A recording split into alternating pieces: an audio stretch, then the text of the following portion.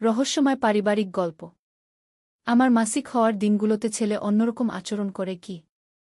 গত কয়েক মাস ধরে লক্ষ্য করছি আমার মাসিকের সময় ছেলে আমার প্রতি বেশি যত্নশীল হয়ে ওঠে। সে বুঝে যায় কখন আমার অস্বস্তির সময়। আজও তেমনই একটা দিন। সকাল থেকেই পেটে ব্যথা। ছেলে চা বানিয়ে এনে দিল। বলল, মা, আজকে তুমি বিশ্রাম করো। সব কাজ আমি করে দেবগু। আমি অবাক হলাম। বললাম, তুই কিভাবে বুঝলি আজ আমার সে হেসে বলল, আমি তোমার সব বুঝি মাগু। দুপুরে আমি শুয়েছিলাম।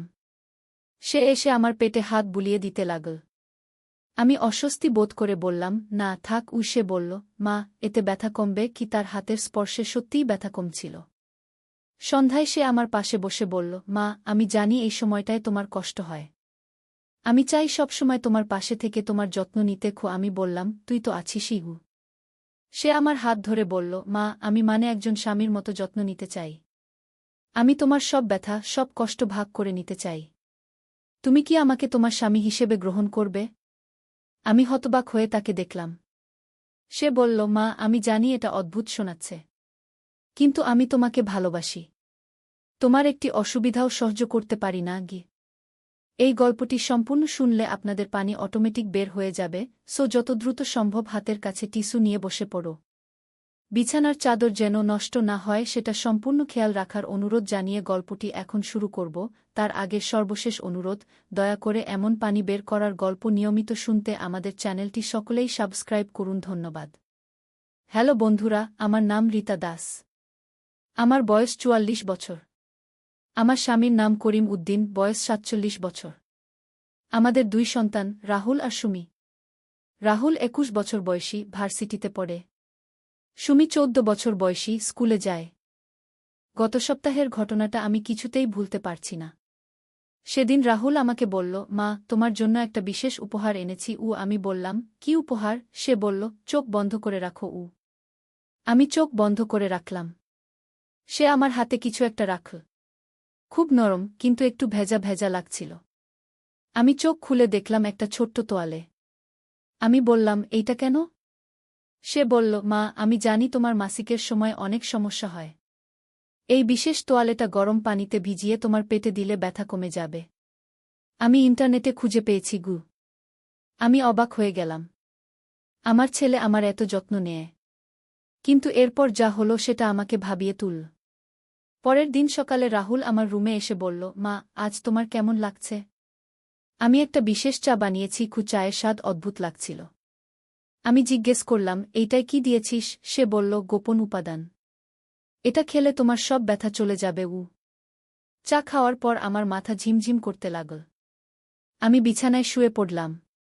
রাহুল এসে বলল, মা, আমি তোমার পায়ে মালিশ করে দিচ্ছি। তার হাত পায়ে লাগতেই আমার গা শিউরে উঠল। আমি বললাম, না রাহুল, আমার ভালো লাগছে না। কিন্তু সে বলল, মা, এইটা তোমার জন্য ভালো। তুমি আমাকে বিশ্বাস করো। সেই রাতে আমি জেগে উঠলাম একটা আওয়াজে। দেখলাম রাহুল আমার রুমের দরজার কাছে দাঁড়িয়ে আছে। আমি ভয় পেয়ে গেলাম। বললাম, কি হয়েছে রাহুল? সে এগিয়ে এসে বলল, মা, আমি তোমার কাছে একটা কথা বলবো। আমি তোমাকে খুব ভালোবাসি। কিন্তু এই ভালোবাসাটা সাধারণ মায়ের প্রতি ছেলের ভালোবাসার মতো নয়। আমার হৃৎপিণ্ড থেমে যাওয়ার মতো অবস্থা। আমি বললাম, তুই কি বলতে চাইছিস? সে বলল, মা, আমি জানি এটা ভুল শোনাবে, কিন্তু আমি তোমাকে একজন নারী হিসেবে দেখি। তোমার প্রতি আমার অনুভূতি একজন প্রেমিকের মতো গু। আমি চিৎকার করে উঠতে যাচ্ছিলাম, কিন্তু সে আমার মুখে হাত চাপা দিল। বলল, মা, চিৎকার করো না। আমি তোমার কোনো ক্ষতি করব না। আমি শুধু তোমাকে ভালোবাসি। আমি তার হাত সরিয়ে দিয়ে বললাম, রাহুল, তুই পাগল হয়ে গেছিস। আমি তোর মা। তুই আমার ছেলে গি। সে বলল, মা, আমি জানি এটা সমাজের নিয়মে ভুল, কিন্তু ভালোবাসার কোনো নিয়ম নেই। আমি তোমার সাথে একটা নতুন জীবন শুরু করতে চাই। আমি ভয়ে কাঁপতে লাগলাম। বললাম, তুই আমার ঘর থেকে বের হয়ে যাগ। কিন্তু সে বলল, মা, তুমি আমার কথা ভেবে দেখো। বাবা তো সবসময় বাইরে থাকে। আমি তোমার সব যত্ন নিতে পারি। তোমাকে খুশি রাখতে পারি। আমি কিছুতেই বুঝতে পারছিলাম না কি করব। হঠাৎ রাহুল আমার কাছে এসে বলল, মা, আমি তোমার হাত ধরতে পারি? আমি বললাম, না, তুই আমার কাছ থেকে দূরে থাক। কিন্তু সে আমার হাত ধরে ফেল। আমি টের পেলাম তার হাত কাঁপছে। সে বলল, মা, আমি তোমার কাছে এসেছি কারণ আমি তোমাকে বিশ্বাস করি। তুমি ছাড়া আমার কেউ নেই। হঠাৎ করে সুমি রুমে ঢুকল। সে বলল, মা, কি হয়েছে? তুমি কাঁদছ কেন? রাহুল আমার হাত ছেড়ে দিয়ে বলল, কিছু না সুমি, মায়ের পেট ব্যথা করছিল। সুমি বলল, মা, তুমি ডাক্তারের কাছে যাবে না কেন? আমি বললাম, যাব বাবা, কাল যাব। রাহুল চলে যাওয়ার পর আমি সুমিকে জড়িয়ে ধরলাম। সুমি বলল, মা, তুমি ঠিক আছো তো? তোমাকে খুব চিন্তিত লাগছে গি। আমি বললাম, হ্যাঁ বাবা, আমি ঠিক আছি। কিন্তু আমি জানতাম আমি মোটেই ঠিক নেই। আমার নিজের ছেলে আমার প্রতি এমন অনুভূতি পোষণ করে। এটা কি করে সম্ভব?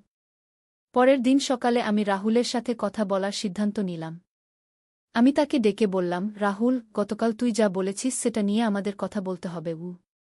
সে বলল, মা, আমি জানি তুমি রাগ করেছ। কিন্তু আমি আমার মনের কথা বলেছি গি। আমি বললাম, রাহুল, এই অনুভূতিটা ভুল। তুই আমার ছেলে, আমি তোর মা। আমাদের মধ্যে এই ধরনের সম্পর্ক হতে পারে না গি। সে বলল, কিন্তু মা, আমি কি করব? আমার মন তো আমার কন্ট্রোলে নেই গি। আমি বললাম, তুই একজন সাইকোলজিস্টের কাছে যাবি। এই সমস্যার সমাধান আছে গি।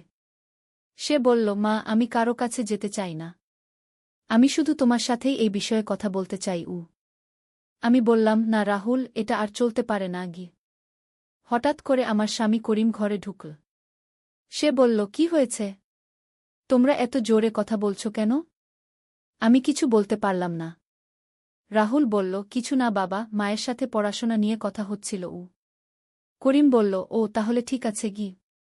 কিন্তু আমি জানতাম এটা ঠিক নেই। আমাকে কিছু করতে হবে। সেই রাতে আমি করিমের কাছে সব কিছু বলার সিদ্ধান্ত নিলাম। কিন্তু কি করে বলবো?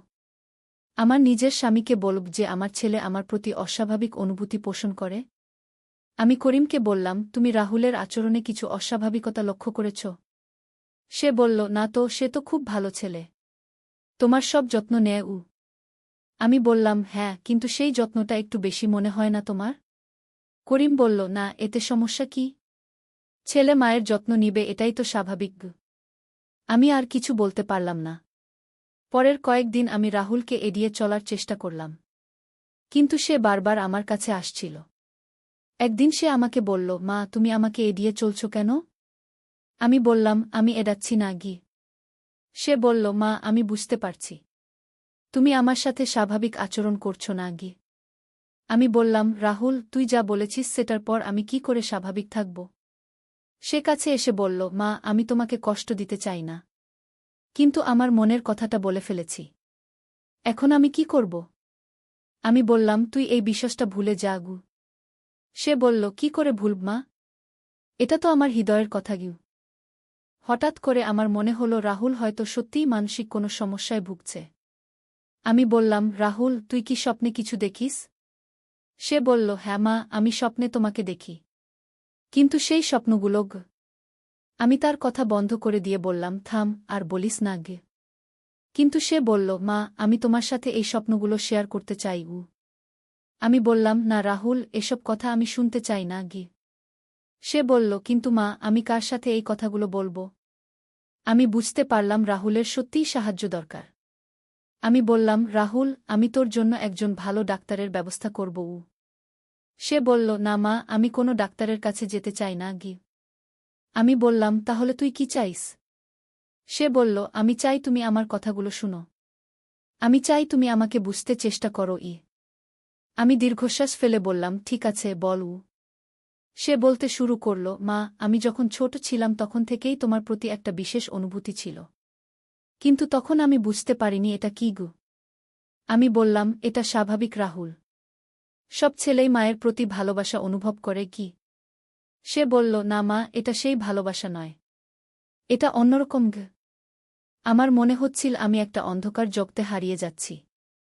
হঠাৎ করে দরজায় কড়া নাড়ার শব্দ হল। আমি গিয়ে দরজা খুললাম। দেখি আমাদের পাশের বাড়ির আন্টি।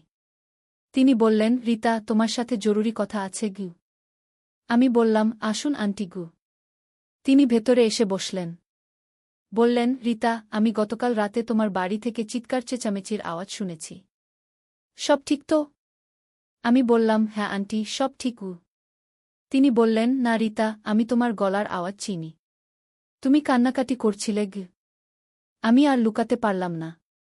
আমি কেঁদে ফেললাম। আন্টি বললেন, কি হয়েছে বলতো? আমি সব কিছু বলে ফেললাম। আন্টি শুনে হতবাক হয়ে গেলেন। তিনি বললেন, এটা খুবই গুরুতর ব্যাপার রিতা। তোমাকে এর সমাধান করতে হবে। আমি বললাম, কি করবা আন্টি? আমি কিছুই বুঝতে পারছি না। আন্টি বললেন, তুমি প্রথমে তোমার স্বামীকে সব কিছু বলো। তারপর রাহুলকে একজন বিশেষজ্ঞ ডাক্তারের কাছে নিয়ে যাও। আমি বললাম, করিমকে বললে সে কি ভাববে? আন্টি বললেন, সে যাই ভাবুক, এই সমস্যাটা লুকিয়ে রাখলে আরও বড় বিপদ হবে। সেই রাতে আমি করিমকে সব কিছু বললাম। সে প্রথমে বিশ্বাস করতে পারল না। বলল, তুমি নিশ্চয়ই ভুল বুঝেছ রিতা। আমি বললাম, না করিম, আমি ভুল বুঝিনি। রাহুল নিজেই আমাকে বলেছে। করিম রাগে ফেটে পড়ল। বলল, আমি তার সাথে কথা বলব। আমি বললাম, না করিম, রাগ করে কিছু হবে না। আমাদের তাকে সাহায্য করতে হবে। পরের দিন সকালে করিম রাহুলকে ডেকে সব কিছু জিজ্ঞেস করল। রাহুল কিছুতেই স্বীকার করতে চাইল না। বলল, না বাবা, মা ভুল বুঝেছে। কিন্তু করিম বুঝতে পারল রাহুল মিথ্যা বলছে। সে বলল, রাহুল, তুই আমার কাছে সত্যি কথা বল। অবশেষে রাহুল সব কিছু স্বীকার করল। করিম প্রথমে তাকে মারতে গেল। কিন্তু আমি বাধা দিলাম। আমি বললাম, করিম, এতে কিছু হবে না। আমাদের তাকে চিকিৎসা করাতে হবে। আমরা রাহুলকে একজন মনোরোগ বিশেষজ্ঞের কাছে নিয়ে গেলাম। ডাক্তার বললেন, এটা একটা বিরল মানসিক সমস্যা। কিন্তু চিকিৎসা করলে ভালো হয়ে যাবে। রাহুলের চিকিৎসা শুরু হল। প্রথম কয়েক সপ্তাহ খুবই কঠিন ছিল। কিন্তু ধীরে ধীরে সে ভালো হতে শুরু করল। একদিন ডাক্তার আমাদের বললেন, রাহুলের এই সমস্যার পেছনে তার শৈশবের কিছু ঘটনা দায়ী। সে তার মায়ের প্রতি অতিরিক্ত আবেগপ্রবণ হয়ে পড়েছিল। আমি জিজ্ঞেস করলাম, এটা কি করে হল? ডাক্তার বললেন, কখনো কখনো একটা শিশু তার মায়ের প্রতি এতটাই নির্ভরশীল হয়ে পড়ে যে সেটা অস্বাভাবিক রূপ নেয়া। রাহুলের ক্ষেত্রে এমনটাই হয়েছে। চিকিৎসার ৩ মাস পর রাহুল অনেকটাই স্বাভাবিক হয়ে গেল। সে আমার কাছে ক্ষমা চাইল। বলল, মা, আমি যা করেছি সেটা খুবই ভুল ছিল। আমি তোমাকে কষ্ট দিয়েছি। আমি তাকে ক্ষমা করে দিলাম। বললাম, তুই আমার ছেলে। আমি তোকে সবসময় ভালোবাসব। এখন রাহুল সম্পূর্ণ স্বাভাবিক। সে তার পড়াশোনায় মন দিয়েছে। এমনকি একটা মেয়ের সাথে তার বন্ধুত্ব হয়েছে। গত সপ্তাহে সে আমাকে বলল, মা, আমি তোমার কাছে একটা মেয়েকে নিয়ে আসতে চাই। আমি খুশি হয়ে বললাম, অবশ্যই নিয়ে আয়। এইভাবে আমাদের পারিবারিক সংকট কেটে গেল।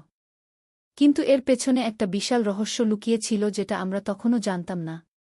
রাহুলের চিকিৎসা চলাকালীন ডাক্তার আমাদের কিছু পুরানো ছবি এবং ডায়েরি দেখতে চেয়েছিলেন।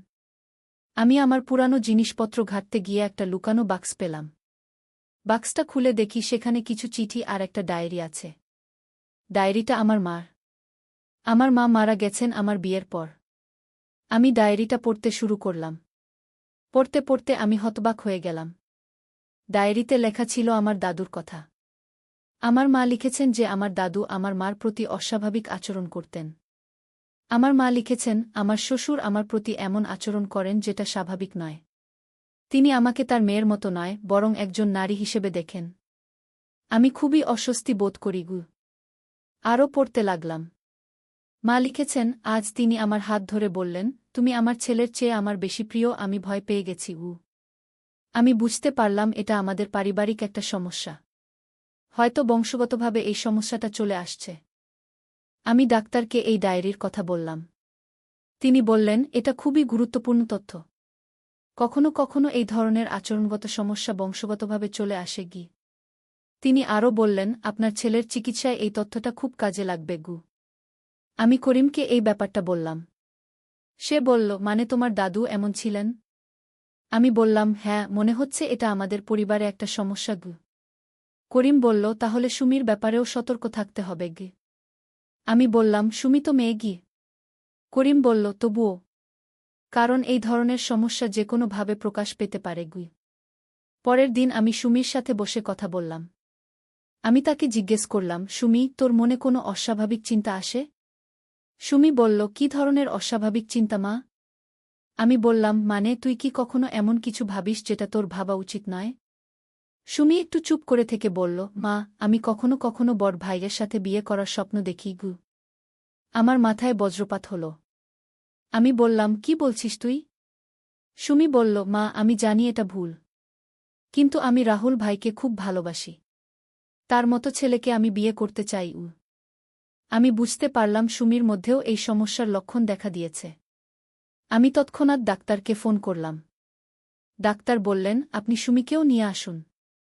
আমাদের তার সাথেও কথা বলতে হবে। পরের দিন আমি সুমিকে ডাক্তারের কাছে নিয়ে গেলাম। ডাক্তার তার সাথে অনেক কথা বললেন। কথা শেষে ডাক্তার আমাকে বললেন, সুমির মধ্যেও একই ধরনের সমস্যা দেখা দিয়েছে। তবে তার ক্ষেত্রে এটা ভাইয়ের প্রতি আকর্ষণ। আমি জিজ্ঞেস করলাম, এটা কি করে সম্ভব? ডাক্তার বললেন, এই ধরনের সমস্যা পারিবারিকভাবে চলে আসতে পারে। আপনার পরিবারে এই জিনগত সমস্যাটা রয়েছে কি? তিনি আরও বললেন, তবে চিন্তার কিছু নেই।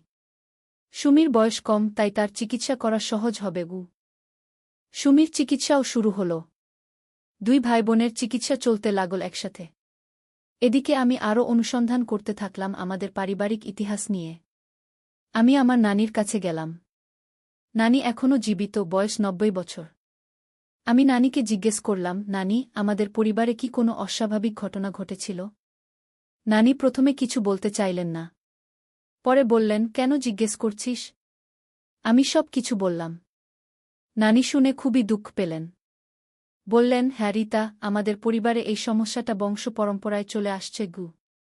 নানি বলতে লাগলেন, তোর দাদার বাবাও এমন ছিলেন। তিনি তার বউয়ের প্রতি অস্বাভাবিক আচরণ করতেন। এমনকি তার নিজের মেয়ের প্রতিও। আমি হতবাক হয়ে গেলাম। নানি বললেন, এজন্যেই আমি তোর মাকে সতর্ক করেছিলাম। কিন্তু সে আমার কথা শোনেনি। নানি আরও বললেন, এই সমস্যাটা আমাদের পরিবারের একটা অভিশাপ। কিন্তু এখন যুগ পাল্টেছে। এর চিকিৎসা আছে। আমি নানির কাছ থেকে আরও বিস্তারিত জানলাম আমাদের পূর্বপুরুষরা এই সমস্যায় ভুগতেন। নানি বললেন, তোর প্রপিতামহ এমন ছিলেন। তিনি তার নিজের বোনের প্রতি অস্বাভাবিক অনুভূতি পোষণ করতেন। আমি বুঝতে পারলাম এটা একটা পারিবারিক জেনেটিক সমস্যা। আমি ডাক্তারকে এই তথ্যগুলো দিলাম। ডাক্তার বললেন, এখন আমি পুরো বিষয়টা বুঝতে পারছি। এটা একটা বিরল জেনেটিক ডিসঅর্ডার। এই ডিসঅর্ডারের কারণে পারিবারিক সদস্যদের প্রতি অস্বাভাবিক আকর্ষণ তৈরি হয়। তিনি আরও বললেন, সৌভাগ্যবশত এর চিকিৎসা আছে। আধুনিক মনোবিজ্ঞান এবং ওষুধের মাধ্যমে এটা নিয়ন্ত্রণ করা যায়। রাহুল এবং সুমির চিকিৎসা চলতে থাকল। ৬ মাস পর তারা দুজনেই সম্পূর্ণ স্বাভাবিক হয়ে গেল। ডাক্তার বললেন, এখন তারা সুস্থ। তবে নিয়মিত ফলোআপ করতে হবে। আমি জিজ্ঞেস করলাম, ভবিষ্যতে তাদের কোনো সমস্যা হবে না তো? ডাক্তার বললেন, না, চিকিৎসার পর সাধারণত এই সমস্যা আর ফিরে আসে না। এখন আমাদের পরিবার সম্পূর্ণ স্বাভাবিক। রাহুল তার পড়াশোনা শেষ করে একটা ভালো চাকরি পেয়েছে। তার একটা প্রেমিকাও আছে। সুমিও এখন খুব স্বাভাবিক জীবনযাপন করছে। সে তার পড়াশোনায় মন দিয়েছে। গত মাসে রাহুল আমাদের কাছে একটা মেয়েকে নিয়ে এসেছে। বলেছে সে তাকে বিয়ে করতে চায়। মেয়েটা খুবই ভালো। আমি খুশি হয়ে বলেছি, আমাদের কোনো আপত্তি নেই। রাহুল বলেছে, মা, আমি তোমাকে ধন্যবাদ দিতে চাই। তুমি আমার সবচেয়ে কঠিন সময়ে আমার পাশে ছিলে। আমি বলেছি, তুই আমার সন্তান। আমি সবসময় তোর পাশে থাকব। সুমিও এখন তার ভবিষ্যৎ নিয়ে স্বপ্ন দেখে। সে ডাক্তার হতে চায়। বলে, মা, আমি মানসিক রোগের ডাক্তার হব, যাতে আমাদের মতো পরিবারগুলোকে সাহায্য করতে পারি। আমি বলেছি, খুব ভালো সিদ্ধান্ত। করিমও এই পুরো ঘটনার পর অনেক পরিবর্তন এসেছে। সে এখন পরিবারের সাথে বেশি সময় কাটায়। গতকাল সন্ধ্যায় আমরা সবাই একসাথে বসে টিভি দেখছিলাম। হঠাৎ একটা পারিবারিক নাটক দেখাচ্ছিল যেখানে অনুরূপ একটা সমস্যার কথা বলা হচ্ছিল। রাহুল বলল, মা, দেখো, এই পরিবারটাও আমাদের মতো সমস্যায় পড়েছে। সুমি বলল, হ্যাঁ, কিন্তু তারা চিকিৎসা নিচ্ছে না। এজন্যেই তাদের সমস্যা বাড়ছে। আমি বললাম, আমরা সময়মতো পদক্ষেপ নিয়েছিলাম বলেই আজ আমাদের পরিবার ঠিক আছে। করিম বলল, হ্যাঁ, এবং এই অভিজ্ঞতা থেকে আমরা অনেক কিছু শিখেছি। আমি এখন বুঝতে পারি যে যে কোনো সমস্যার সমাধান আছে। শুধু সময়মতো সাহায্য চাইতে হয় এবং ধৈর্য রাখতে হয়। আমাদের পরিবারের এই সংকট কেটে যাওয়ার পর আমি অনেক মানুষকে সাহায্য করেছি। আমাদের এলাকার অনেক পরিবারই এই ধরনের সমস্যায় ভুগছিল। আমি তাদের সঠিক ডাক্তারের কাছে যেতে সাহায্য করেছি। আমার মনে হয় এই কঠিন অভিজ্ঞতার একটা ইতিবাচক দিক হল আমি অন্যদের সাহায্য করতে পারছি। গত সপ্তাহে একজন মহিলা আমার কাছে এসেছিলেন। তার ছেলেও একই ধরনের সমস্যায় ভুগছিল। আমি তাকে আমাদের ডাক্তারের কাছে নিয়ে গিয়েছিলাম। আজ তিনি আমাকে ধন্যবাদ দিয়ে বললেন, রিতা, তোমার সাহায্যে আমার ছেলে এখন সুস্থ। আমি বললাম, এতে ধন্যবাদের কিছু নেই। আমরা সবাই একে অপরের সাহায্য করব। আমি এখন বুঝতে পারি যে জীবনে যত কঠিন সমস্যায় আসুক না কেন, ধৈর্য এবং সঠিক পদক্ষেপের মাধ্যমে সব সমাধান করা যায়। আমার পরিবার এখন সম্পূর্ণ স্বাভাবিক এবং খুশি। আমাদের মধ্যে এখন কোনো লুকোছাপা নেই। সবাই সবার সাথে খোলাখুলি কথা বলি। আমি প্রতিদিন ভগবানের কাছে কৃতজ্ঞতা প্রকাশ করি যে তিনি আমাদের এই কঠিন সময়ে শক্তি দিয়েছেন এবং সঠিক সমাধানের পথ দেখিয়েছেন। আজ যখন আমি এই পুরো ঘটনার কথা ভাবি, মনে হয় এটা একটা স্বপ্ন ছিল। কিন্তু এটা বাস্তব ছিল এবং আমরা সেটা মোকাবেলা করে এসেছি। আমার মনে হয় প্রতিটা পরিবারেরই কোনো না কোনো গোপন সমস্যা থাকে। গুরুত্বপূর্ণ বিষয় হল সেই সমস্যাগুলো লুকিয়ে না রেখে সঠিক সময়ে সমাধানের চেষ্টা করা। আমাদের গল্পের মাধ্যমে আমি সবাইকে বলতে চাই যে কোনো সমস্যাই এতটা বড় নয় যার সমাধান নেই। শুধু সাহস এবং ধৈর্যের প্রয়োজন। নদীর ধারে সেই গা। প্রথম অধ্যায়, শুরুজাত। পদ্মা নদীর ধারে একটা ছোট্ট গ্রাম ছিল, নাম তার রূপসী গ্রাম। গ্রামের নাম শুনলেই মনে হতো কত সুন্দর হবে। আর সত্যিই গ্রামটা ছিল অপূর্ব সুন্দর। সবুজ ধানক্ষেত, নারিকেল আর সুপারি গাছের সারি, আর নদীর শীতল হাওয়া, সব মিলিয়ে এক স্বর্গের মতো জায়গা। এই গ্রামেই থাকত একটা ছেলে, নাম তার আলম। বয়স তখন 17 কি 18 হবে। ফর্সা রং, লম্বা চুল, আর চোখে একটা স্বপ্ন, বড় হয়ে সে লেখক হবে। প্রতিদিন সন্ধ্যায় নদীর ধারে বসে সে লিখত তার ডায়েরিতে। কখনো কবিতা, কখনো গল্প, কখনো শুধু মনের কথা। আলমের বাবা মোক্তার সাহেব ছিলেন গ্রামের স্কুলের প্রধান শিক্ষক। মা রহিমা বেগম ছিলেন একজন নরম মনের মহিলা, যিনি সবসময় সবার জন্য রান্না করতেন। তাদের ছোট্ট টিনের চালের বাড়িটা ছিল গ্রামের মাঝখানে। আলমের একটা ছোট বোন ছিল, সামিয়া। বয়স তার 10 বছর। চঞ্চল, দুষ্টু, কিন্তু খুব মিষ্টি। সে সবসময় ভাইয়ের পিছন পিছন ঘুরত। ভাইয়া, আমাকে নিয়ে চলো না। এই ছিল তার প্রিয় সংলাপ। দ্বিতীয় অধ্যায়, নতুন প্রতিবেশী। একদিন গ্রামে নতুন একটা পরিবার এলো। তারা ঢাকা থেকে এসেছিল। বাবা একজন সরকারি চাকরিজীবী, বদলি হয়ে এই উপজেলায় এসেছেন। তাদের সাথে ছিল একটা মেয়ে, নাম তার তানিয়া। তানিয়া ছিল আলমের সমবয়সী। লম্বা চুল, বড় বড় চোখ, আর মুখে সবসময় একটা হাসি। সে ছিল খুবই পড়ুয়া। বই পড়তে তার খুব ভালো লাগত। প্রথম দিন যখন সে গ্রামের স্কুলে ভর্তি হল, তখন সবাই অবাক হয়ে তাকে দেখছিল। শহুরে মেয়ে, কিন্তু কোনো অহংকার নেই। আলম আর তানিয়ার প্রথম দেখা হয়েছিল স্কুলের লাইব্রেরিতে। দুজনেই একই বই খুঁজছিল, রবীন্দ্রনাথের গোরা।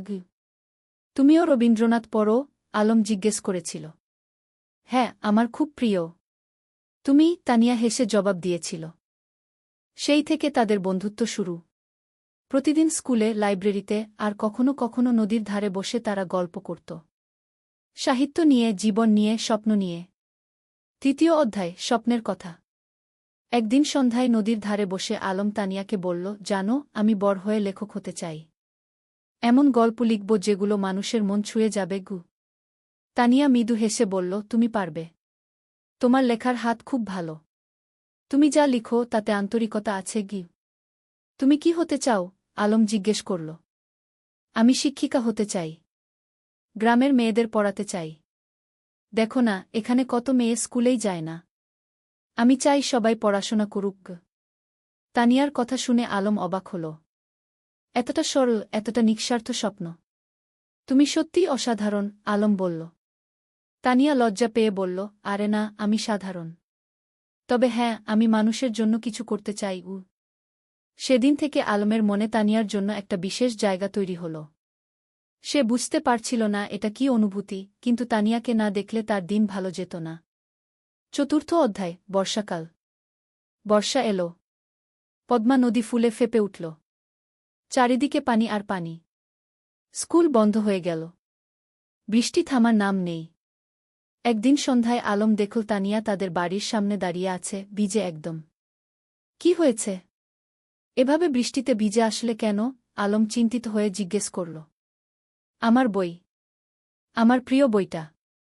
আমি নদীর ধারে রেখে এসেছিলাম। পানিতে ভেসে যাবে কি? তানিয়া কাঁদো কাঁদো স্বরে বলল। আলম কিছু না ভেবে ছাতা নিয়ে বেরিয়ে পড়ল। বৃষ্টি তখন মুষলধারে পড়ছে। সে নদীর ধারে গিয়ে দেখল তানিয়ার বইটা একটা পাথরের নিচে চাপা পড়ে আছে, কিন্তু পানি প্রায় সেখানে পৌঁছে গেছে। সে দ্রুত বইটা তুলে নিল। সৌভাগ্যবশত বইটা পুরোপুরি ভিজেনি। সে তার শার্টের ভিতরে বইটা লুকিয়ে বাড়ি ফিরল।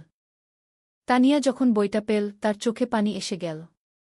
তুমি এতটা করলে আমার জন্য? তুমি আমার বন্ধু। বন্ধুর জন্য এটুকু তো করাই যায়, আলম হেসে বলল। সেদিন থেকে তানিয়াও বুঝতে পারল আলম তার কাছে শুধু একজন বন্ধু নয়, আরও বেশি কিছু। পঞ্চম অধ্যায়। গ্রামের মেলা। শরৎকাল এলো। গ্রামে বড় মেলা বসল। নৌকা বাইচ, পুতুল নাচ, জারি গান, কত কিছু। সারা গ্রামে উৎসবের আমেজ। আলম আর তানিয়া একসাথে মেলা ঘুরছিল। স্বামীও ছিল তাদের সাথে। সে দুষ্টুমি করে বলল, ভাইজা, তানিয়া আপু তোমার বউ হবে? আলম আর তানিয়া দুজনেই লজ্জা পেয়ে গেল। আলম স্বামীয়াকে বকা দিল, কিন্তু মনে মনে সে ভাবছিল, সত্যিই তো, তানিয়াকে ছাড়া তার জীবন অসম্পূর্ণ মনে হয়। মেলায় একটা পুতুলের দোকানে তানিয়া একটা সুন্দর পুতুল দেখে মুগ্ধ হয়ে গেল। কিন্তু দাম শুনে হতাশ হল, 50 টাকা। তার কাছে এত টাকা ছিল না। আলম চুপি চুপি পুতুলটা কিনে নিল। মেলা শেষে যখন বাড়ি ফিরছিল তখন সে তানিয়াকে পুতুলটা দিল। এটা তুমি আমার জন্য? তানিয়া অবাক হয়ে বলল। তুমি যেটা চেয়েছিলে সেটা তোমার হওয়া উচিত কি? আলম মৃদু হেসে বলল। তানিয়া পুতুলটা বুকে জড়িয়ে ধরল। ধন্যবাদ আলম। তুমি সত্যিই খুব ভালো। সেদিন রাতে আলম তার ডায়েরিতে লিখল, আজ আমি বুঝেছি ভালোবাসা কাকে বলে। যাকে দেখলে বুক ভরে যায়, যার জন্য নিজের সবকিছু দিয়ে দিতে ইচ্ছা করে, সেই তো ভালোবাসা। ষষ্ঠ অধ্যায়। সংকট। কিন্তু জীবন তো সবসময় সুখের থাকে না। একদিন আলমের বাবা হঠাৎ অসুস্থ হয়ে পড়লেন। ডাক্তার বলল তাকে ঢাকায় নিয়ে যেতে হবে ভালো চিকিৎসার জন্য। আলম দুশ্চিন্তায় পড়ে গেল। ঢাকায় যেতে হলে অনেক টাকা লাগবে। তাদের পরিবার তো সচ্ছল নয়। তানিয়া যখন এ খবর পেল সে তার বাবাকে বলল। তানিয়ার বাবা একজন ভালো মানুষ ছিলেন। তিনি আলমের বাবার চিকিৎসার জন্য টাকা দিতে রাজি হলেন। না না, এভাবে আমরা নিতে পারব না, মোক্তার সাহেব বললেন। আপনি আমার মেয়ের শিক্ষকের বাবা। আমার দায়িত্ব আপনার সেবা করা, তানিয়ার বাবা বললেন। শেষ পর্যন্ত আলমের বাবাকে ঢাকায় নিয়ে যাওয়া হল। আলম আর তার মা তার সাথে গেল। সামিয়া থেকে গেল গ্রামে তানিয়াদের বাড়িতে। ঢাকায় থাকতে হল প্রায় 1 মাস। সেই 1 মাস আলম প্রতিদিন তানিয়াকে চিঠি লিখত। মোবাইল ফোন তো তখন সবার ছিল না। চিঠি ছিল যোগাযোগের মাধ্যম। তানিয়াও প্রতিদিন চিঠির অপেক্ষায় থাকত। আলমের চিঠি পড়ে সে বুঝতে পারত আলম কতটা কষ্টে আছে, কতটা দুশ্চিন্তায় আছে। সে নিজেও আলমের জন্য দোয়া করত। সপ্তম অধ্যায়। ফিরে আসা। অবশেষে মোক্তার সাহেব সুস্থ হয়ে উঠলেন। ডাক্তার বললেন এখন তিনি বাড়ি যেতে পারবেন। কিন্তু সতর্ক থাকতে হবে।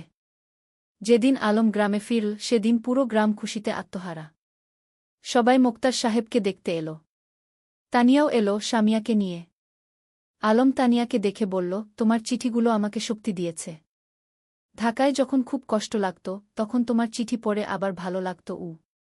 আমি জানতাম তুমি ফিরে আসবে। আমি বিশ্বাস রাখিনি, হারাইনি, তানিয়া মৃদু হেসে বলল। সেদিন বিকেলে নদীর ধারে বসে আলম তানিয়াকে বলল, তানিয়া, আমি তোমাকে কিছু বলতে চাই। বলো, তানিয়া বলল। আমি তোমাকে ভালোবাসি। ঢাকায় থাকার সময় প্রতিটা মুহূর্তে তোমার কথা মনে পড়েছে। তুমি ছাড়া আমার জীবন অর্থহীন। তানিয়া কিছুক্ষণ চুপ করে রইল। তারপর বলল, আমিও তোমাকে ভালোবাসি আলম। কিন্তু আমরা এখনো ছোট। আমাদের পড়াশোনা শেষ করতে হবে, নিজেদের প্রতিষ্ঠিত করতে হবে। তারপর আমরা একসাথে থাকব। আলম তার কথা শেষ করল। হ্যাঁ, একসাথে থাকব, তানিয়া হেসে মাথা নাড়ল। অষ্টম অধ্যায় সময়ের পরীক্ষা। পরের কয়েক বছর দ্রুত কেটে গেল। আলম আর তানিয়া দুজনেই খুব ভালো ছাত্র ছিল। এসএসসি পরীক্ষায় দুজনেই জিপিএ 5 পেল। এরপর তারা ঢাকায় কলেজে ভর্তি হল। আলম নটরডেম কলেজে আর তানিয়া হলিক্রস কলেজে। গ্রাম ছেড়ে শহরে আসতে হল। শহরের জীবন ছিল অন্যরকম। ব্যস্ততা, ভিড়, শব্দ সবকিছু গ্রামের থেকে আলাদা। কিন্তু আলম আর তানিয়া তাদের লক্ষ্য থেকে বিচলিত হল না। প্রতি সপ্তাহান্তে তারা দেখা করত। কখনো রমনা পার্কে, কখনো টিএসসিতে, কখনো কোনো বইয়ের দোকানে। তারা একে অপরকে উৎসাহ দিত, সাহস দিত। এইচএসসি পরীক্ষায়ও দুজনেই ভালো ফল করল। আলম ঢাকা বিশ্ববিদ্যালয়ে বাংলা সাহিত্যে ভর্তি হল আর তানিয়া শিক্ষা বিভাগে। কিন্তু বিশ্ববিদ্যালয়ের জীবনে নতুন চ্যালেঞ্জ এল। রাজনীতি, সেশনজট, আর্থিক সংকট, নানা সমস্যা। কখনো কখনো আলমের মনে হতো সে হয়তো লেখক হতে পারবে না। তানিয়াও মাঝে মাঝে হতাশ হতো। কিন্তু তারা একে অপরকে সাহায্য করত। আলম যখন হতাশ হতো, তানিয়া তাকে মনে করিয়ে দিত তার স্বপ্নের কথা। তানিয়া যখন ভেঙে পড়ত, আলম তাকে শক্তি যোগাত। নবম অধ্যায় স্বপ্ন পূরণের পথে। স্নাতক শেষ করার পর আলম একটা পত্রিকায় চাকরি পেল। সাংবাদিক হিসেবে। বেতন খুব বেশি না, কিন্তু লেখার সুযোগ ছিল। সে ফিচার লিখত, গল্প লিখত। তানিয়া একটা স্কুলে শিক্ষিকা হিসেবে যোগ দিল। তার স্বপ্ন ছিল গ্রামে ফিরে যাওয়া, কিন্তু সে জানত এখনও সময় হয়নি। আগে অভিজ্ঞতা অর্জন করতে হবে। একদিন আলম একটা প্রকাশনা সংস্থায় তার লেখা গল্পের পাণ্ডুলিপি জমা দিল। সে একটা উপন্যাস লিখেছিল, নদীর ধারে সেই গাগু। এটা ছিল তাদের নিজেদের গল্প, তাদের গ্রামের গল্প। কয়েক মাস পর প্রকাশক ফোন করলেন। আপনার বই আমরা প্রকাশ করতে চাই। গল্পটা খুব সুন্দর, আবেগময়। আলম বিশ্বাস করতে পারছিল না। তার স্বপ্ন সত্যি হচ্ছে। সে প্রথমেই তানিয়াকে খবরটা দিল। আমি জানতাম তুমি পারবে। তুমি তো সত্যিই লেখক। তানিয়া খুশিতে আটখানা। বইটা প্রকাশিত হওয়ার পর বেশ সাড়া পড়ে গেল। পাঠকরা ভালো সাড়া দিল। সমালোচকরাও প্রশংসা করল। দশম অধ্যায় ঘরে ফেরা। 5 বছর পর আলম আর তানিয়া সিদ্ধান্ত নিল তারা গ্রামে ফিরে যাবে। ঢাকায় তারা যা অর্জন করতে চেয়েছিল তা করেছে। এখন সময় এসেছে নিজেদের শেকডে ফিরে যাওয়ার। তারা বিয়ে করল। সাদামাটা অনুষ্ঠান, কিন্তু পূর্ণ আন্তরিকতায়। পুরো গ্রাম এসেছিল তাদের বিয়েতে। তোমরা আমাদের গর্ব, মুক্তার সাহেব আবেগে বললেন। বিয়ের পর তারা গ্রামেই থেকে গেল। আলম লেখালেখি চালিয়ে গেল। সে গ্রামের গল্প লিখত, সাধারণ মানুষের গল্প। তার বই পরপর সফল হতে লাগল। তানিয়া গ্রামে একটা স্কুল খুল। বিনামূল্যে গরিব মেয়েদের পড়াতে লাগল। সে তার স্বপ্ন পূরণ করছিল। একাদশ অধ্যায় নতুন প্রজন্ম। 3 বছর পর তাদের একটা মেয়ে হল। নাম রাখল রূপা। ছোট্ট, ফুটফুটে, ঠিক যেন তানিয়ার মতো।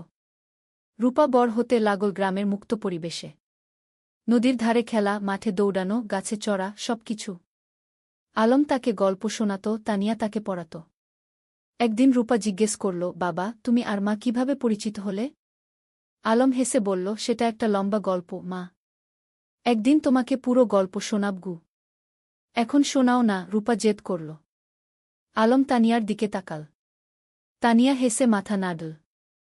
ঠিক আছে, শোনো তাহলে।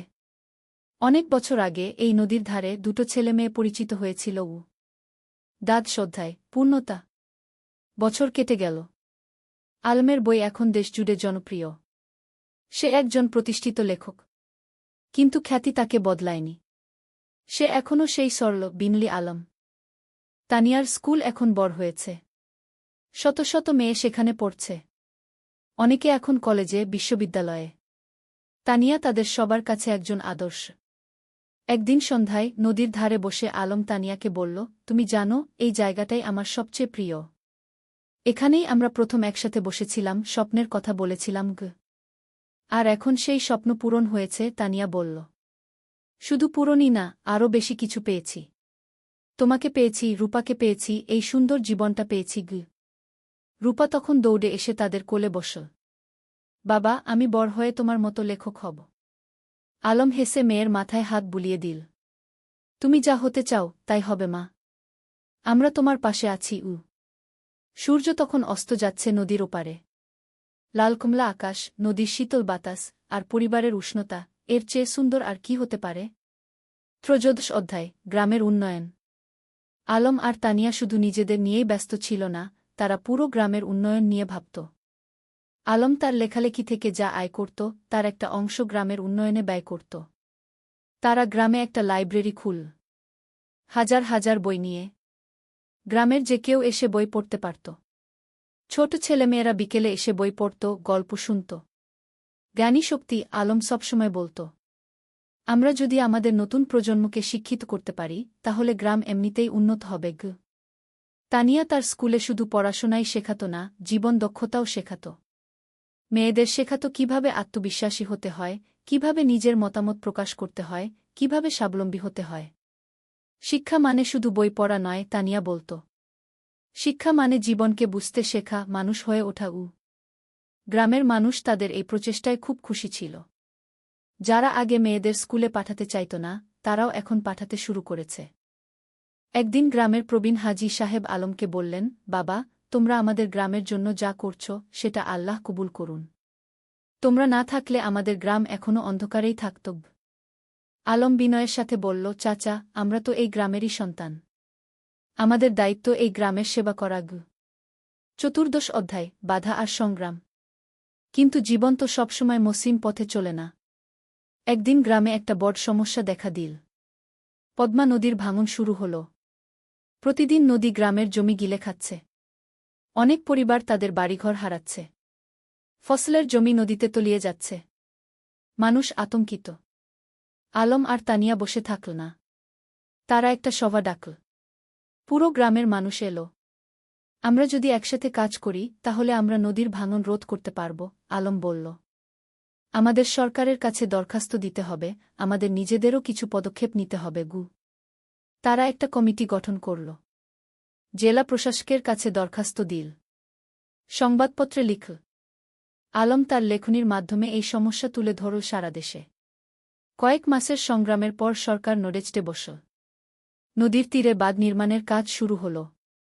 ধীরে ধীরে ভাঙন থামল। গ্রামের মানুষ স্বস্তির নিঃশ্বাস ফেল। তোমরা আমাদের গ্রামকে বাঁচিয়েছ, একজন বৃদ্ধ আলমকে আশীর্বাদ করলেন। আমরা সবাই মিলে বাঁচিয়েছি, আলম বলল। এটা সবার প্রচেষ্টার ফল। পঞ্চদশ অধ্যায়, রূপার স্বপ্ন। রূপা এখন 10 বছরের।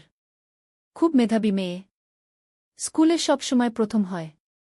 কিন্তু শুধু পড়াশোনায় নয়, সে খেলাধুলায়, গানেও ভালো। একদিন রূপা তার বাবা-মাকে বলল, আমি ডাক্তার হতে চাই। গ্রামের মানুষদের সেবা করব। আলম আর তানিয়া খুশি হল। তাদের মেয়ে অন্যের সেবা করতে চায়, এর চেয়ে বড় গর্বের আর কি হতে পারে? তুমি যা হতে চাও, আমরা তোমাকে সাহায্য করব, তানিয়া বলল। কিন্তু রূপার একটা শর্ত ছিল। আমি ঢাকায় না, গ্রামেই থাকব। এখানেই পড়ব, এখানেই ডাক্তারি করব। আলম হেসে বলল, কেন মা? ঢাকায় তো ভালো সুযোগ পাবে। বাবা, তুমি আর মা যেমন গ্রামে ফিরে এসেছ, আমিও তাই চাই। গ্রামের মানুষদের সবচেয়ে বেশি সাহায্যের দরকার। এই কথা শুনে আলমের চোখে পানি এসে গেল। তার মেয়ে তার আদর্শকে ধারণ করছে। রূপা খুব পরিশ্রমী ছিল। প্রতিদিন ভোরে উঠে পড়াশোনা করত। মায়ের স্কুলে ছোটদের পড়াতে সাহায্য করত। বাবার লেখার কাজেও হাত লাগাত। রূপা, তুমি এত কাজ করো, ক্লান্ত হয়ে যাও না? তানিয়া একদিন জিজ্ঞেস করল। না মা, আমি যখন মানুষের উপকার করি, তখন আমার ভালো লাগে। ক্লান্তি লাগে না, রূপা হেসে জবাব দিল। ষোড়শ অধ্যায়, পুরস্কার। আলমের লেখালেখি এখন দেশের সীমা পেরিয়ে গেছে। তার বই অনুবাদ হয়েছে বিভিন্ন ভাষা। বিদেশেও পাঠক তৈরি হয়েছে। একদিন একটা খবর এলো। আলম জাতীয় সাহিত্য পুরস্কার পেতে যাচ্ছে। এটা দেশের সর্বোচ্চ সাহিত্য পুরস্কার। পুরো গ্রাম আনন্দে উদ্বেলিত। আমাদের আলম জাতীয় পুরস্কার পাবে, সবাই গর্ব করে বলতে লাগল। পুরস্কার দেওয়ার অনুষ্ঠান হল ঢাকায়। প্রধানমন্ত্রী নিজে পুরস্কার তুলে দিলেন আলমের হাতে। আপনার লেখা আমাদের গ্রামবাংলার প্রকৃত চিত্র তুলে ধরে, প্রধানমন্ত্রী বললেন। আপনি দেশের গর্ব। আলম বিনয়ের সাথে পুরস্কার নিল। তার মনে পড়ল সেই দিনগুলোর কথা, যখন সে নদীর ধারে বসে স্বপ্ন দেখত লেখক হওয়ার। পুরস্কার পাওয়ার পর আলম একটা বক্তৃতা দিল। এই পুরস্কার শুধু আমার একার নয়। এটা আমার স্ত্রী তানিয়ার, আমার মেয়ে রূপার, আমার গ্রামের সব মানুষের। তারা আমাকে অনুপ্রাণিত করেছে, সাহস দিয়েছে গি। তানিয়ার চোখে খুশির অশ্রু। তার স্বামী এত বড় সম্মান পেল, কিন্তু তবুও সে নিজের কৃতিত্ব সবার সাথে ভাগ করে নিচ্ছে। সপ্তদশ অধ্যায়, তানিয়ার স্বীকৃতি। আলমের পুরস্কার পাওয়ার 1 বছর পর তানিয়াও একটা সম্মান পেল। সরকার তাকে কুশেরা শিক্ষক পুরস্কার দিল। তার স্কুল থেকে যে মেয়েরা বের হয়ে গেছে তারা এখন বিভিন্ন ক্ষেত্রে প্রতিষ্ঠিত। কেউ ডাক্তার, কেউ ইঞ্জিনিয়ার, কেউ শিক্ষক, কেউ উদ্যোক্তা। পুরস্কার নেওয়ার সময় তানিয়া বলল, আমি শুধু বীজ বপন করেছি। এই মেয়েরাই আমার আসল পুরস্কার। তারা নিজেদের প্রতিষ্ঠিত করেছে, সমাজে অবদান রাখছে গি। তার স্কুলের একজন প্রাক্তন ছাত্রী, যে এখন একজন সফল ব্যবসায়ী, মঞ্চে উঠে এসে বলল, ম্যাডাম না থাকলে আমি আজ এখানে থাকতাম না। তিনি আমাকে শুধু পড়াশোনাই শেখাননি, আত্মবিশ্বাস শিখিয়েছেন গু। রূপা তখন মঞ্চের নিচে বসে মায়ের দিকে তাকিয়েছিল গর্বিত চোখে। আমার মা সত্যিই সেরা, সে মনে মনে বলল। অষ্টাদশ অধ্যায়, সময়ের প্রবাহ। আরও কয়েক বছর কেটে গেল। রূপা এখন 8ম শ্রেণীতে। খুব ভালো ছাত্রী। তার স্বপ্ন ডাক্তার হওয়ার, সেই স্বপ্ন এখনও অটুট। আলম এখনও লিখে যাচ্ছে। তার নতুন একটা উপন্যাস বের হল, জোছনা রাতের স্বপ্ন। এটাও বেশ জনপ্রিয় হল। তানিয়ার স্কুল এখন অনেক বড়। 300 জন ছাত্রী, 10 জন শিক্ষক, একটা পূর্ণাঙ্গ শিক্ষা প্রতিষ্ঠান। গ্রামটাও অনেক বদলে গেছে। এখন পাকা রাস্তা, বিদ্যুৎ, স্বাস্থ্যকেন্দ্র, সবকিছু আছে। কিন্তু গ্রামের আত্মা, সেই সারল্য, সেই ভালোবাসা, সেটা আছে অক্ষুণ্ণ। একদিন সন্ধ্যায় পুরো পরিবার নদীর ধারে বসেছিল। আলম, তানিয়া, রূপা আর শামিয়া। শামিয়া এখন বিবাহিত, তার একটা ছেলে আছে। ভাইয়া, মনে আছে যখন আমি ছোট ছিলাম, তুমি আর ভাবি এখানে বসে গল্প করতে? শামিয়া হেসে বলল। মনে আছে, আলম হেসে বলল। সেই সময়গুলো কত সুন্দর ছিল। এখনকার সময়ও কম সুন্দর নয়, তানিয়া বলল। আমরা একসাথে আছি, সুস্থ আছি, খুশি আছি, এর চেয়ে বড় সৌভাগ্য আর কি? রূপা বলল, বাবা, তোমার আর মায়ের মতো আমিও একজন ভালো মানুষকে জীবনসঙ্গী হিসেবে পেতে চাই। আলম মেয়ের মাথায় হাত রেখে বলল, তুমি পাবে মা। তবে তার আগে তোমার স্বপ্ন পূরণ করো। ডাক্তার হও। তারপর জীবনসঙ্গী খুঁজবে গু। 49 অধ্যায়, নতুন চ্যালেঞ্জ। রূপা এসএসসি পরীক্ষা দিল। ফলাফল বেরোল, জিপিএ 5। পুরো গ্রাম খুশি। আলম আর তানিয়া গর্বিত। কিন্তু এখন একটা বড় সিদ্ধান্ত নিতে হবে। রূপা ডাক্তার হতে চায়, আর তার জন্য তাকে মেডিকেল কলেজে ভর্তি হতে হবে। কিন্তু গ্রামে তো মেডিকেল কলেজ নেই। বাবা, আমি ঢাকা মেডিকেলে ভর্তি হতে চাই, রূপা বলল। আলম একটু চিন্তিত হল। কিন্তু তুমি তো বলেছিলে গ্রামে থাকবে। হ্যাঁ বাবা, আমি গ্রামে ফিরে আসব। কিন্তু ভালো ডাক্তার হতে হলে ভালো প্রতিষ্ঠান থেকে পড়তে হবে। আমি 5 বছর ঢাকায় থাকব, তারপর ফিরে আসব এবং গ্রামে একটা হাসপাতাল খুলব। তানিয়া বলল, মেয়েটা ঠিকই বলছে। আমরাও তো ঢাকায় গিয়ে পড়াশোনা করেছিলাম। তারপর ফিরে এসেছি গু। রূপা ঢাকা মেডিকেল কলেজে ভর্তি হল। প্রথম দিকে গ্রাম ছেড়ে যেতে খুব কষ্ট হচ্ছিল, কিন্তু সে জানত এটা তার লক্ষ্যের জন্য প্রয়োজন। আলম আর তানিয়া প্রতি মাসে ঢাকায় যেত মেয়েকে দেখতে। রূপা ফোনে প্রতিদিন কথা বলত। 20 অধ্যায়, পরিবারের বন্ধন। 5 বছর খুব দ্রুত কেটে গেল। রূপা ডাক্তার হয়ে গেল। এমবিবিএস পাস করে ভালো ফলসহ। এখন তার সামনে অনেক সুযোগ। ঢাকার বড় বড় হাসপাতাল তাকে চাকরির অফার দিচ্ছে। কিন্তু রূপার লক্ষ্য অন্য। বাবা, আমি গ্রামে ফিরে আসছি, রূপা ফোনে বলল। তুমি নিশ্চিত? ঢাকায় তো অনেক ভালো সুযোগ, আলম বলল। বাবা, আমার স্বপ্ন তো ঢাকায় বড় ডাক্তার হওয়া নয়। আমার স্বপ্ন গ্রামের মানুষের সেবা করা। রূপা গ্রামে ফিরে এলো। গ্রামের মানুষ তাকে মাথায় করে নিয়ে এলো। আমাদের নিজের ডাক্তার। সে একটা ছোট ক্লিনিক খুল। বিনামূল্যে গরিব মানুষদের চিকিৎসা দিতে লাগল। যাদের সামর্থ্য আছে তারা দিত। যাদের নেই তাদের কাছ থেকে কিছু নিত না। তুমি কিভাবে চালাবে এভাবে? আলম একদিন জিজ্ঞেস করল। বাবা, তুমি তো লেখক হয়েছ মানুষের সেবা করার জন্য, মা শিক্ষিকা হয়েছে সেবার জন্য। আমিও তাই। টাকা পয়সা পরে দেখা যাবে। আলম মেয়েকে জড়িয়ে ধরল। তুমি আমাদের গর্ব। 21 অধ্যায়, নতুন সঙ্গী। রূপা যখন ক্লিনিকে ব্যস্ত তখন একদিন একজন তরুণ ডাক্তার এল। তার নাম ফাহিম। সে ঢাকা থেকে এসেছে গ্রামাঞ্চলে স্বেচ্ছাসেবা করতে। ফাহিম আর রূপা একসাথে কাজ করতে লাগল। দুজনেই একই স্বপ্ন দেখে গ্রামের মানুষের সেবা করা। ধীরে ধীরে তাদের মধ্যে বন্ধুত্ব হল। তারপর সেই বন্ধুত্ব ভালোবাসায় রূপান্তরিত হল। একদিন ফাহিম আলমের কাছে এল। চাচা, আমি রূপাকে বিয়ে করতে চাই। আলম হেসে বলল, তুমি কি রূপাকে জিজ্ঞেস করেছ? হ্যাঁ, সে রাজি। ফাহিম লজ্জা পেয়ে বলল। তানিয়া খুশিতে আটখানা। আমার মেয়ে একজন ভালো মানুষ পেয়েছে গিয়ে। রূপা আর ফাহিমের বিয়ে হল। সাদামাটা কিন্তু আন্তরিক অনুষ্ঠান। পুরো গ্রাম এসেছিল। বিয়ের পর তারা দুজন মিলে ক্লিনিক চালাতে লাগল। তারা স্বপ্ন দেখে গ্রামে একটা বড় হাসপাতাল করার।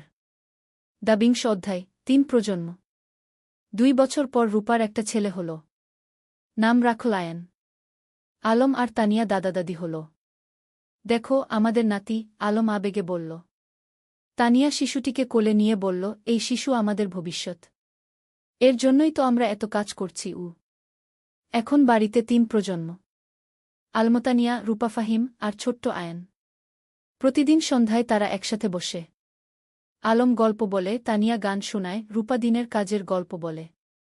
একদিন আয়ান যখন একটু বড় হল সে জিজ্ঞেস করল, দাদু তুমি কি করো? আলম হেসে বলল, আমি গল্প লিখি নাতুগু। আমাকে একটা গল্প বলো না? ঠিক আছে, শোনো তাহলে। অনেক বছর আগে এই নদীর ধারে কে। আর এভাবেই চলতে থাকে জীবনের গল্প প্রজন্ম থেকে প্রজন্মে। ২৩ অধ্যায় উত্তরাধিকার। আলম এখন ৬০ পেরিয়ে গেছে। চুলদাড়ি পেকে গেছে। কিন্তু লেখার হাত এখনও অক্ষুণ্ণ। সে এখনও প্রতিদিন লেখে। তানিয়াও এখন অবসর নিয়েছে স্কুল থেকে। কিন্তু মাঝে মাঝে যায় ছাত্রীদের সাথে দেখা করতে। একদিন আয়ান, যে এখন ৫ বছরের, দাদুকে জিজ্ঞেস করল, দাদু তুমি কত বই লিখেছ? প্রায় ২০টা, আলম বলল। আমিও বড় হয়ে লেখক হব, আয়ান বলল। রূপা হেসে বলল, তুমি যা হতে চাও তাই হবে গি। আলম নাতিকে কোলে নিয়ে বলল, লেখক হওয়া মানে শুধু বই লেখা নয় বাবা। লেখক হওয়া মানে মানুষের কথা বলা, সত্য বলা, ভালোবাসা ছড়িয়ে দেওয়া গি। আমি সব করব, আয়ান উৎসাহিত হয়ে বলল। তানিয়া নাতিকে আদর করে বলল, তুমি করবে, আমরা জানি গি। ২৪ অধ্যায় গ্রামের হাসপাতাল। রূপা আর ফাহিমের স্বপ্ন ছিল গ্রামে একটা বড় হাসপাতাল খোলার। তারা কয়েক বছর ধরে টাকা জমিয়ে রাখছিল। আলমও তার রয়্যালটির একটা অংশ দিয়েছিল। অবশেষে সেই দিন এল। তারা একটা ৩ তলা হাসপাতাল তৈরি করল। নাম দিল রূপসী হাসপাতাল। উদ্বোধনের দিন পুরো জেলা থেকে মানুষ এল। স্বাস্থ্যমন্ত্রী নিজে এসে উদ্বোধন করলেন। এই হাসপাতাল শুধু একটা স্বাস্থ্যসেবা কেন্দ্র নয়, মন্ত্রী বললেন। এটা একটা স্বপ্নের বাস্তবায়ন। ডা রূপা আর ডা ফাহিম যা করেছেন সেটা অনুকরণীয়। হাসপাতালে 10টা বেড, অপারেশন থিয়েটার, ল্যাবরেটরি, সবকিছু আছে। আর সবচেয়ে বড় কথা, গরিবদের জন্য বিনামূল্যে চিকিৎসার ব্যবস্থা। আলম গর্বে বুক ফুলিয়ে বলল, আমার মেয়ে যা করেছে আমি কলম দিয়ে তা করতে পারিনি গু। তুমি কলম দিয়ে মানুষের মন ছুঁয়েছ, আমি হাত দিয়ে মানুষের শরীর সারাচ্ছি। দুটোই সমান গুরুত্বপূর্ণ, রূপা বলল। ২৫ অধ্যায় প্রত্যাবর্তন। একদিন গ্রামে একটা আশ্চর্য ঘটনা ঘটল। যে ছেলেটা ৩০ বছর আগে গ্রাম ছেড়ে আমেরিকায় গিয়েছিল সে ফিরে এল। তার নাম জামিল।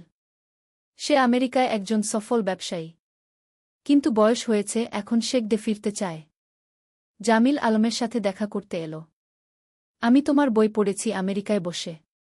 সেই বই পড়ে আমার গ্রামের কথা মনে পড়ে গেল। তাই ফিরে এলাম ঘ। স্বাগতম, আলম হাসি মুখে বলল। জামিল বলল, আমি এই গ্রামের জন্য কিছু করতে চাই।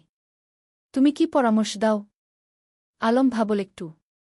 তারপর বলল, গ্রামে একটা কারিগরি প্রশিক্ষণ কেন্দ্র খোলো। যুবকদের হাতে কলমে কাজ শেখাও। তাহলে তারা চাকরি পাবে, স্বাবলম্বী হবে গু। জামিল খুশি হল। চমৎকার আইডিয়া। কয়েক মাসের মধ্যে একটা কারিগরি প্রশিক্ষণ কেন্দ্র খোলা হল। সেখানে ছেলেমেয়েরা কম্পিউটার, ইলেকট্রনিক্স, সেলাই, রান্না, নানা বিষয়ে প্রশিক্ষণ পেতে লাগল। এভাবে একে একে গ্রামে নতুন নতুন সুবিধা যুক্ত হতে লাগল। কেউ ফিরে এসে স্কুলে দান করল, কেউ রাস্তা বানিয়ে দিল, কেউ মসজিদ মন্দির সংস্কার করল। আলম দেখছিল আর ভাবছিল, একজন মানুষ যদি ভালো কাজ শুরু করে তাহলে সেটা অন্যদেরও অনুপ্রাণিত করে কি। ২৬ অধ্যায়, পরবর্তী প্রজন্ম। আয়ান এখন ১০ বছরের। খুব মেধাবী ছেলে। সে দাদুর কাছে বসে গল্প শোনে, দাদির কাছে থেকে জীবনের পাঠ নেয়। একদিন স্কুলে একটা রচনা প্রতিযোগিতা হল। বিষয় ছিল আমার স্বপ্নের বাংলাদেশ। আয়ান লিখল, আমার স্বপ্নের বাংলাদেশে সবাই শিক্ষিত হবে। কেউ অসুস্থ হলে চিকিৎসা পাবে। কেউ গরিব থাকবে না। সবাই একসাথে মিলেমিশে থাকবে। আমার দাদু বলেন, স্বপ্ন দেখতে হয় বড়, তারপর সেই স্বপ্ন পূরণের জন্য কাজ করতে হয়। আয়ান প্রথম হল। পুরস্কার পেল। আলম নাতির রচনা পড়ে চোখ ভিজিয়ে ফেল। আমাদের শিক্ষা বৃথা যায়নি। নতুন প্রজন্ম ঠিক পথে আছে। ২৭ অধ্যায়, জীবনের সন্ধ্যা। আলম এখন ৬৫ পেরিয়ে গেছে। শরীর একটু দুর্বল হয়ে এসেছে, কিন্তু মন এখনও তরুণ। একদিন ডাক্তার বলল তার হার্টে সমস্যা আছে, বিশ্রাম নিতে হবে। রূপা খুব চিন্তিত। বাবা, তুমি এখন আর এত কাজ করবে না, বিশ্রাম নাও। কিন্তু আলম কি থেমে থাকার মানুষ? সে এখনও লেখে, মানুষের সাথে দেখা করে, গ্রামের উন্নয়নের কাজে যুক্ত থাকে। তানিয়া বলল, তুমি একটু শান্ত হও। আমরা এত কাজ করেছি, এখন পরের প্রজন্মকে দায়িত্ব দাও। তুমি ঠিক বলছ, আলম মেনে নিল। কিন্তু আমার একটা শেষ ইচ্ছা আছে। কি? তানিয়া জিজ্ঞেস করল। আমি আমাদের জীবনের গল্পটা লিখতে চাই। একটা আত্মজীবনী, যাতে পরের প্রজন্ম জানতে পারে আমরা কিভাবে স্বপ্ন দেখেছিলাম, কিভাবে সেই স্বপ্ন পূরণ করেছিলাম। তুমি লেখো, তানিয়া হেসে বলল। আমি তোমাকে সাহায্য করব। ২৮ অধ্যায়, শেষ বই। পরের ৬ মাস আলম লিখল তার জীবনের গল্প। নদীর ধারে সেই গা, একটি জীবন কথা কি নাম দিল। বইটাই ছিল তাদের প্রথম দেখা, প্রথম প্রেম, সংগ্রাম, সফলতা, ব্যর্থতা, সবকিছু। বই প্রকাশিত হওয়ার পর দেশজুড়ে সাড়া পড়ে গেল। মানুষ পড়ল আর অনুপ্রাণিত হল। একজন পাঠক চিঠি লিখল, আপনার বই পড়ে আমি বুঝেছি স্বপ্ন দেখা আর তা পূরণ করা সম্ভব। আমিও এখন আমার গ্রামে ফিরে যাব, কিছু করব। আলম এই চিঠি পড়ে খুশি হল। দেখো তানিয়া, আমাদের জীবন বৃথা যায়নি। আমরা মানুষকে অনুপ্রাণিত করতে পেরেছি। ২৯ অধ্যায়, বিদায়। এক শীতের সকালে আলম ঘুম থেকে উঠল না। তার হার্ট অ্যাটাক হয়েছে। রূপা যতই চেষ্টা করল, কিছু করতে পারল না। আলম চলে গেল। পুরো গ্রাম শোকে মুহ্যমান। আমাদের আলম চলে গেল, সবাই কাঁদল। তানিয়া কান্নায় ভেঙে পড়ল। তুমি আমাকে একা ফেলে চলে গেলে। রূপা মাকে সান্ত্বনা দিল। মা, বাবা চলে যায়নি। তার লেখায় সে বেঁচে আছে। তার কাজে সে বেঁচে আছে। আমাদের মধ্যে সে বেঁচে আছে। আলমের জানাজায় হাজার হাজার মানুষ এলো। তাকে সমাহিত করা হলো গ্রামের কবরস্থানে, নদীর পাশে, যেখানে সে জীবনের অনেকটা সময় কাটিয়েছে। ৩০ অধ্যায়, উত্তরাধিকার, শেষ অধ্যায়। আলমের মৃত্যুর পর তানিয়া ভেঙে পড়েনি। সে আরও শক্ত হয়েছে। আলম চলে গেছে, কিন্তু তার স্বপ্ন চলে যায়নি। আমাকে সেই স্বপ্ন বাঁচিয়ে রাখতে হবে। সে গ্রামের লাইব্রেরিটাকে কি আলম স্মৃতি লাইব্রেরিকে নাম দিল। সেখানে আলমের সব বই রাখা হল। রূপা হাসপাতালে আরও বেশি মনোযোগী হল। বাবা চাইতেন আমি মানুষের সেবা করি। আমি তাই করব। ফাহিম তার পাশে থেকে সাহায্য করল। আয়ান, যে এখন ১৫ বছরের, দাদুর মতো লিখতে শুরু করল। সে গল্প লেখে, কবিতা লেখে।